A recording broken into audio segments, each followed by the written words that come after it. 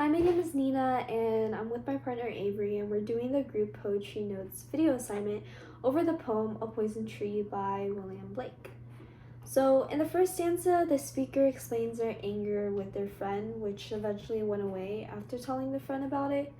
However, whenever the speaker was angry with an enemy and didn't express their emotions and concerns with them, the anger increased. In the second stanza, the speaker uses metaphors to explain how their anger was watered with fears and tears. And additionally, the speaker also explains how their anger was fed with concealment and pleasure, which was what the wrath wanted, increasing the speaker's suppressed anger. Then in the third stanza, the speaker uses the metaphor of how the anger grew, like an apple tree, in creating an apple. The enemy saw the bright apple and wanted to steal it with the idea of knowing that it belonged to the speaker. In the last stanza, the enemy stole the apple, which resulted in the enemy dying beneath the tree, and the speaker saw it and felt satisfied and happy.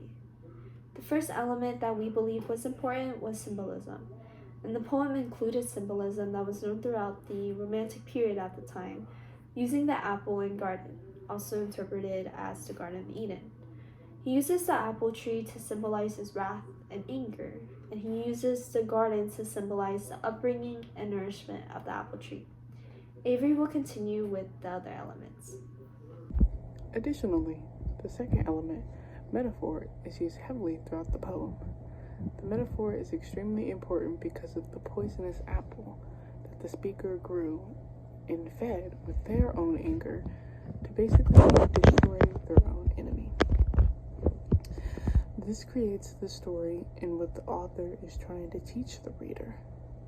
Imagery is also often used throughout the poem to create a mental image for readers, like how the speaker explains growing the apple tree, seeing the enemy beneath the tree at the end, and how bright the apple was.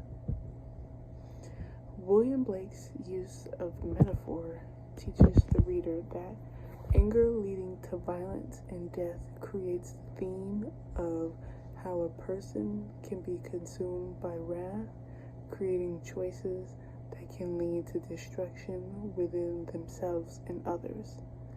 For example, Blake develops this idea of how the wrath the narrator experiences soon consumes them, and the concealed anger leads to the narrator with pleasure by feeling the wrath with deceitful wiles. The pleasure soon becomes a habit the narrator has and creates satisfaction when defeating the foe. In the morning, glad I see my foe outstretched beneath the tree. This summarizes our video assignment about a poem, A Poison Tree by William Blake.